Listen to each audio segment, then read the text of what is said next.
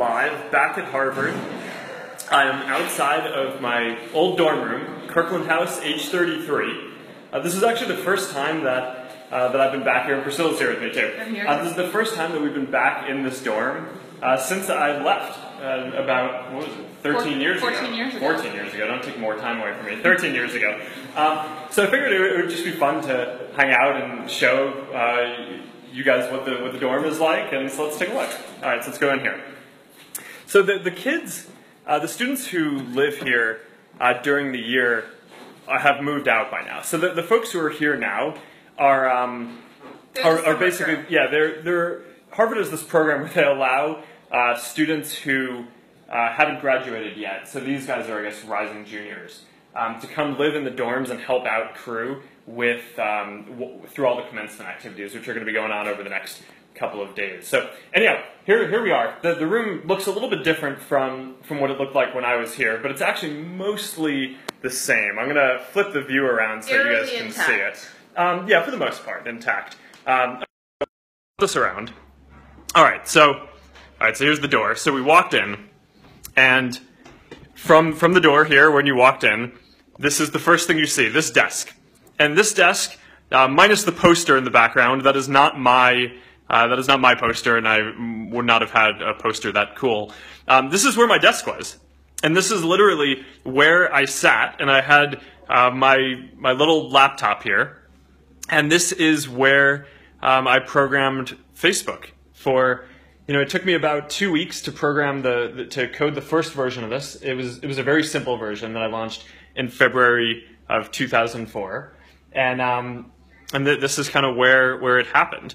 Over here, where this bed currently is where Dustin's desk used to be. So, here, I'm going to go into the bedrooms in a second where basically, these Harvard does suites, right? So this is the common room. It's kind of a little odd to have the beds here, but Dustin's desk was right here. Dustin, of course, is my co-founder, and he joined really early on to help me expand from Harvard to a lot of other schools, and has been a really instrumental part of scaling it. Now he's started his own company, Asana, based out of San Francisco, that's doing work productivity. But all right, so this is the rest of the common room. All right, so let's keep looking around here. All right, so now where? Is this where? No, this is where Chris was. Chris's desk was right here. All right, so here now we're looking in the corner. Yeah, so right where this bed is where Chris Hughes' desk was. Yeah. All right, so Chris Hughes is our third co-founder.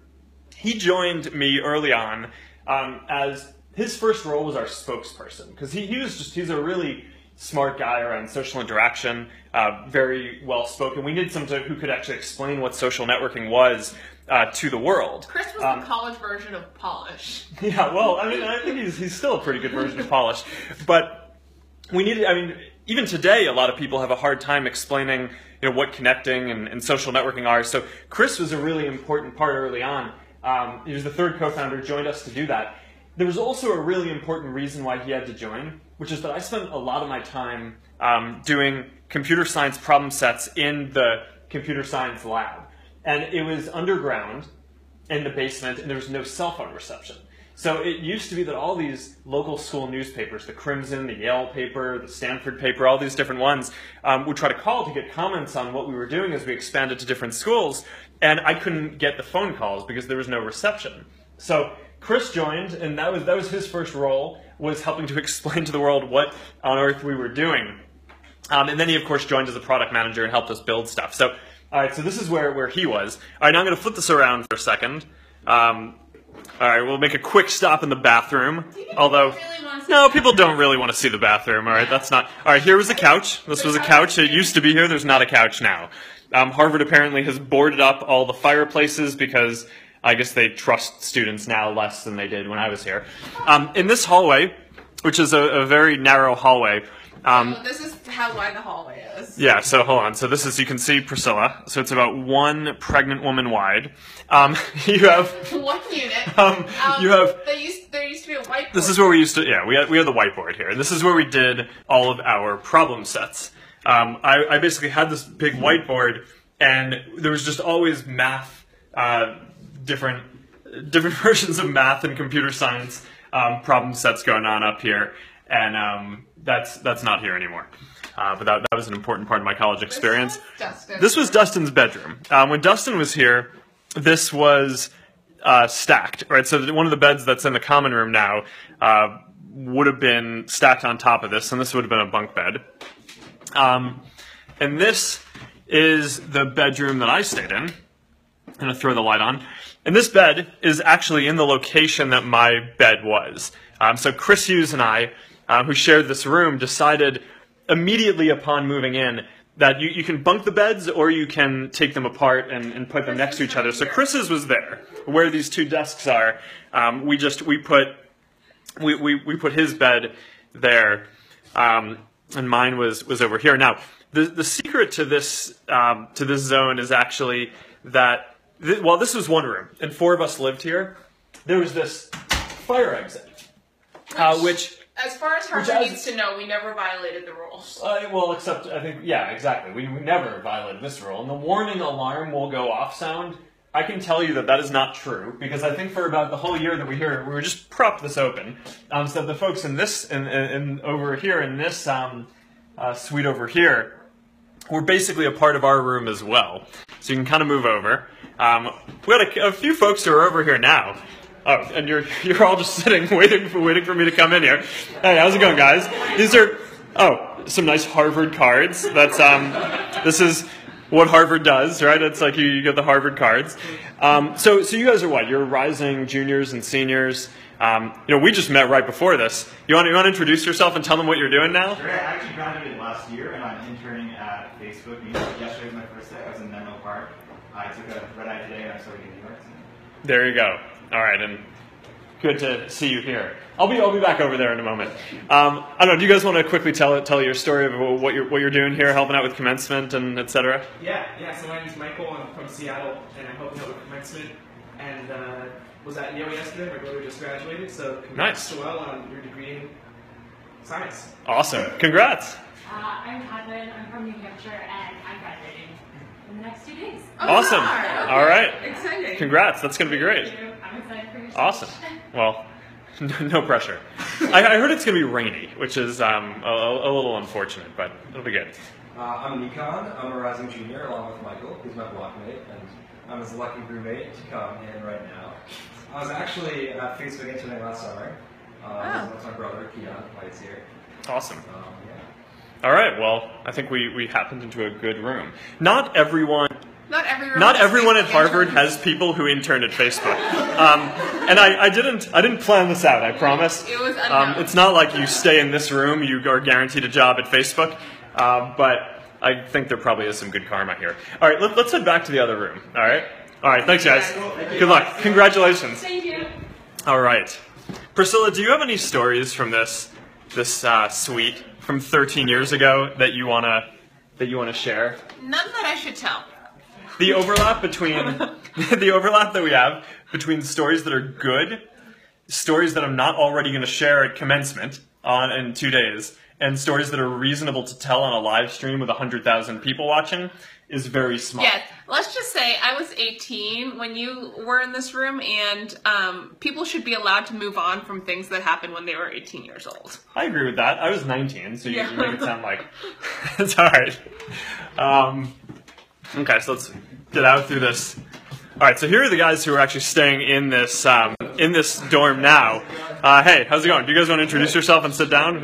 You can grab a seat. I'm gonna sit here in this chair, which is the chair that I once sat in while programming. All right. All right. Tell us a little bit about yourselves and what you're doing here for the next few weeks. I'll start. So I'm Aiden. I'm from Los Angeles. I'm going to be a senior next year at Harvard, study economics. And we're all working for the building manager. So. Nice. Yeah, I'm Hillman. I'm going to be a junior next year, working for the building manager and economics also. I'm Chris. I'm from Wells, Massachusetts. Also going to be a junior and study history and literature. All right. So what stories, Priscilla, do you think we should? We have to have some stories besides just where the furniture was. I feel like there's got to be something worth sharing from our time in Kirkland. I spent a lot of time sitting here's right here. Yeah. This was like literally That's a nice chair. where it happened. So, This is I mean, these are what, twin extra long? Yeah, 20 hours. And that's like the standard college thing, it's right? a standard college bed. And, you know, now that I'm pregnant now, I'm like, Mark, how did we ever stay in one bed? That seems physically impossible. Oh yeah, I really don't understand that. Yeah, that I don't understand. So that was different. But it actually worked out really well because I like to wake up early. So I would be up at like 5 a.m. in the morning. And I would work from like 5 to 9 and then go to class. And then when I woke up, Mark went to bed. So we actually just took shifts and never actually had to fit on one twin. That's true. Yeah, I was up until like 5 a.m. coding. Well, because everyone goes to bed, and then it's like when you're programming, you want it to be quiet, right? And you want the time when you can just hang out and like jam on whatever it is you're building. And then there used to be, you know, also completely following Harvard's rules. There once was a microwave in here that we would make Hot Pockets in. And then every time we made a Hot Pocket, Joe Green... Oh yeah, Joe Green. Would It's like, wander who's down like that little hallway. the quintessential worst roommate. Yeah. Right? It's like, he would come in, he lived on the other side of the fire door, He wasn't and it's like we had like... roommate. Yeah, no, it's like, I don't even know how we got him. And then he would come in and eat your Hot Pocket. You're just like, it's like, it would be like, I know, it's like we'd be doing a problem set of programming, and you'd have one Hot Pocket left, It would be the last and he'd be like, it's like, do I smell a Hot Pocket? And we just like open it up and start eating it. It's like, Joe, man, that's my last Hot Pocket. It's like, now I have to go all the way down to 7-Eleven. Yeah. And it's Cambridge, so it's snowing, right? I mean, this isn't like, we're not in Palo Alto anymore, guys. And, yeah. This is not this room specific memory, but do they still have the hangover chicken on Sunday? That's like kind of a Hot Pocket, but it's like a chicken patty that's filled with broccoli and cheese. Oh yeah, Yeah. Anything about hangovers, but You wouldn't know anything about hangovers. Yeah, that was like delicious on Sunday mornings. Yeah. All right, so one story that I think is pretty funny to tell from here is, so I built a lot of different stuff during my time here. I mean, obviously Facebook is the one that people use now, but I built pranks, I built like class study tools, just all these different tools. And one of the things, one weekend, I wanted to build this prank website, Face Mash, and I'm going to talk about this a little bit in commencement in a couple of days, but so I don't want to get too deep into it. But I basically sat here for like 3 days straight and just coded this thing, and it was a prank. It was kind of funny, but also a little bit in poor taste. And so I sent a link out to a few of my friends, and then went out to a meeting, right, at some club that I was a part of. I wasn't trying to launch it. I just like sent it to a few friends, and while I was out at the meeting, I guess people had someone emailed it to the Kirkland House list, and then it got emailed around, and within a couple of hours while I was out, like everyone on campus was just using this and and clicking and doing all this stuff. And so I got back to my dorm, and I was like, oh, I need to shut this thing down. So the server that I was running it for was just my laptop, right? So it wasn't like a computer that was meant to be serving websites. So I couldn't log in. I tried to log into my computer, and it was all jammed from all these people using this. And then Harvard was really wanted to shut it down, so they cut off internet access to all of Kirkland. That was their way of shutting down the service. Was they're like, you have to get this thing down now, no homework or internet or anything for any of you guys in Kirkland. This is gone, and we're done. And then of course the ad board wanted to come see me, and I almost got kicked out of school, and there's a whole lot of fun stuff there that we can get into another time. But that is probably one of my more memorable moments from Kirkland House, is just sitting here and I'm trying to fix this. Dustin's trying to do his computer science problem set. Chris is trying to write some paper for social studies or whatever he was studying. And then all of a sudden the internet just goes dark. Yeah, no, it's like Joe comes in, takes our last Hot Pocket, and it's like, come on, Joe. It's like, that's what you want right now? It's like, you're going to take our last Hot Pocket? Yeah, so, so that was pretty real back then. But I used to just sit here and program. I remember, now that we're sitting here, a bunch of memories are coming back. I don't know if so when you guys first when you first move in at the beginning of the year, there's like some dorm bonding, right? There's like some day, right? I don't know. I mean, I know you guys don't live in Kirkland the rest of the time, but Kirkland has this beach day where everyone goes to the beach. And I decided that instead of going to beach day, I wanted to program a study tool that and I was trying, yeah, as one would do, right? Just a typical person would do, right? That's like what a typical Harvard student would do. So I was trying to figure out what classes I should take. And so naturally, the normal thing that one would do in this situation is like, all right, I'm going to go download the course catalog and make a website where people can enter what classes they want to take and shop, and what classes they've taken in the past, and then they can click on other people in those classes and see what they've taken to see the correlation. So people who have taken stuff that I'm interested or are likely to take this. Here are the people who are going to likely be in this class, so this looks like a good student list.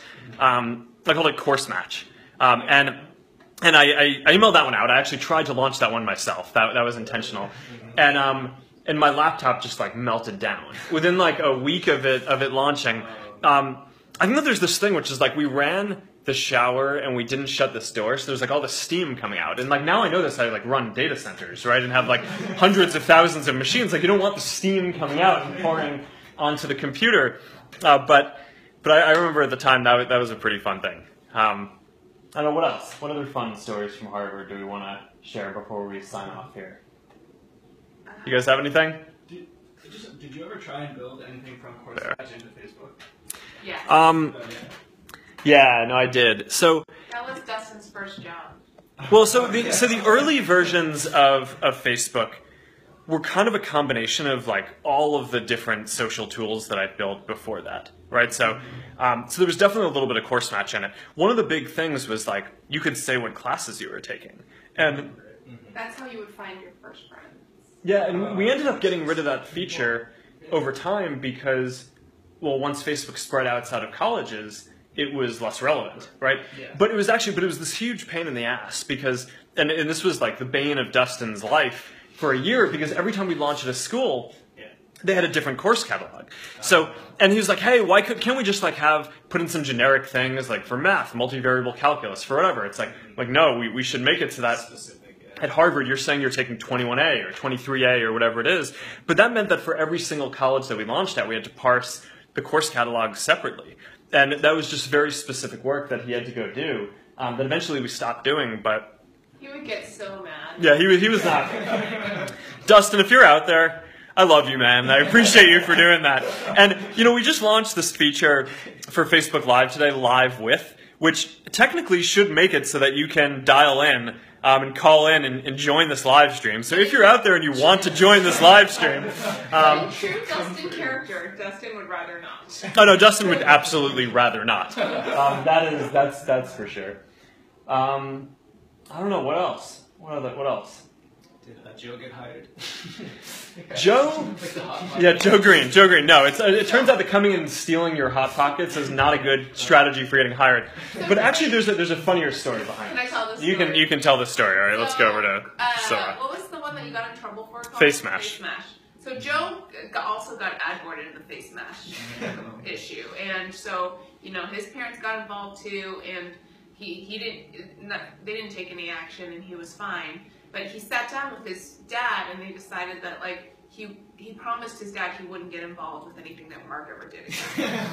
No. So he had the option of joining me at Facebook early on, and turned it down.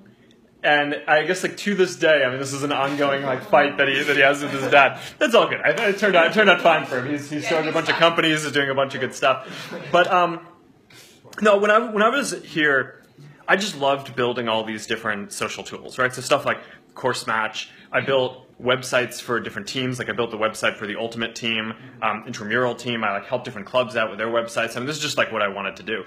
And so by the time I actually got around to building Facebook, I had built up so many different tools for building these social websites that actually do you guys still have Q guide. Yeah. No, what was I going to say? It's what's the period study period? What is it called? Reading period. When is that now? When is reading period? Is it in January still? Well, so we have shopping week at the beginning No, of the year. and they then we take have their finals before Christmas. Yeah. All right, so that's changed. Right, so when I was here, you took your fall semester finals at the end of January, which kind of doesn't make much sense. So basically, you went home, and then you basically had all of January off to study. It was a reading period. So I took basically all of January to build Facebook. Right, that was the period where I was building Facebook. But it turned out, so there were a bunch of classes that I hadn't really gone to during the semester because I was building different various things. So there's this one class, a core curriculum class, Rome of Augustus. Does this still exist? Is this still here? So I haven't heard of it. I've heard. Yeah? They redid the core curriculum, We though. have- we It's still called have it. something else now. Yeah. though. Got it. Gen Eds. Gen Eds, It's called yeah. Gen Eds, but yeah. General education. I see, but is that class Rome of Augustus still I here? think it's still here. All right, so the final exam, the year that I was there, was an art of, I guess, a literature and arts class, and they gave you 200 pieces of art over the period of the course, and on the final exam they were going to pick out 3 or 4 that you had to basically know the significance of and write an essay about the significance of them. But the problem is that I think I didn't go to class the whole time, right? So, and I didn't do much studying for it either. So I was, and instead of studying during a reading period, I was building Facebook. So I got to this period a few days before the final where I'm like, wow, I'm kind of screwed. I mean, this is not one of those things like math where you can just go in and figure it out on the exam, right? There's no amount of smart that you can be that is going to make it so that you know all of the art pieces. So I was like, all right, I'm kind of screwed. So I took a break from building Facebook one evening to build a study tool. I went to the course website. I downloaded all of the images that we'd studied over the course of the class. And I made a tool where people could enter a comment about what was the historical significance of a photo and then see the comments that everyone else in the class had added. And then I emailed this out to the class list. I was like, hey guys, I just built a study tool that's going to help us all study. And so I sent this thing out, and within an hour, it was populated with just distilled summaries of what was significant about every single one of the photos in the class. So that is how I passed Rome of Augustus while building Facebook during reading period in January of 2004 before launching. All right, anything else before we wrap up today? No, I think that's a good one to end on. All right, well, it's fun visiting Kirkland H33 again. I think this is actually my first time being back here since I left 13 years ago. And I think they're renovating it, so it's the last. Yeah, that's the last time I'm going to be here. Because I mean, if there's one thing about Harvard, they're very confident about getting rid of old relics because they know that they're always going to be making new history. And I mean, that's an amazing thing about Harvard is there aren't that many institutions in the world that can be that confident that going forward there's going to be so much awesome stuff happening here. But Harvard can do that. So yes, I'm probably never going to be back here again in this specific room. But this has been a place where a lot of really special things happen in my life, and I'm really grateful to this place. All right. Well, thanks everyone for tuning in for our live stream here. I'm going to be doing the commencement address Thursday afternoon, so that's a couple days from now. I think it'll be around 3 p.m. In the afternoon. I've been working on this for a while. It's pretty personally meaningful to me to actually finally get a degree from here, and I promise it means even more to my parents, who really wanted me to graduate. This might be the thing that they're going to be most proud of me for.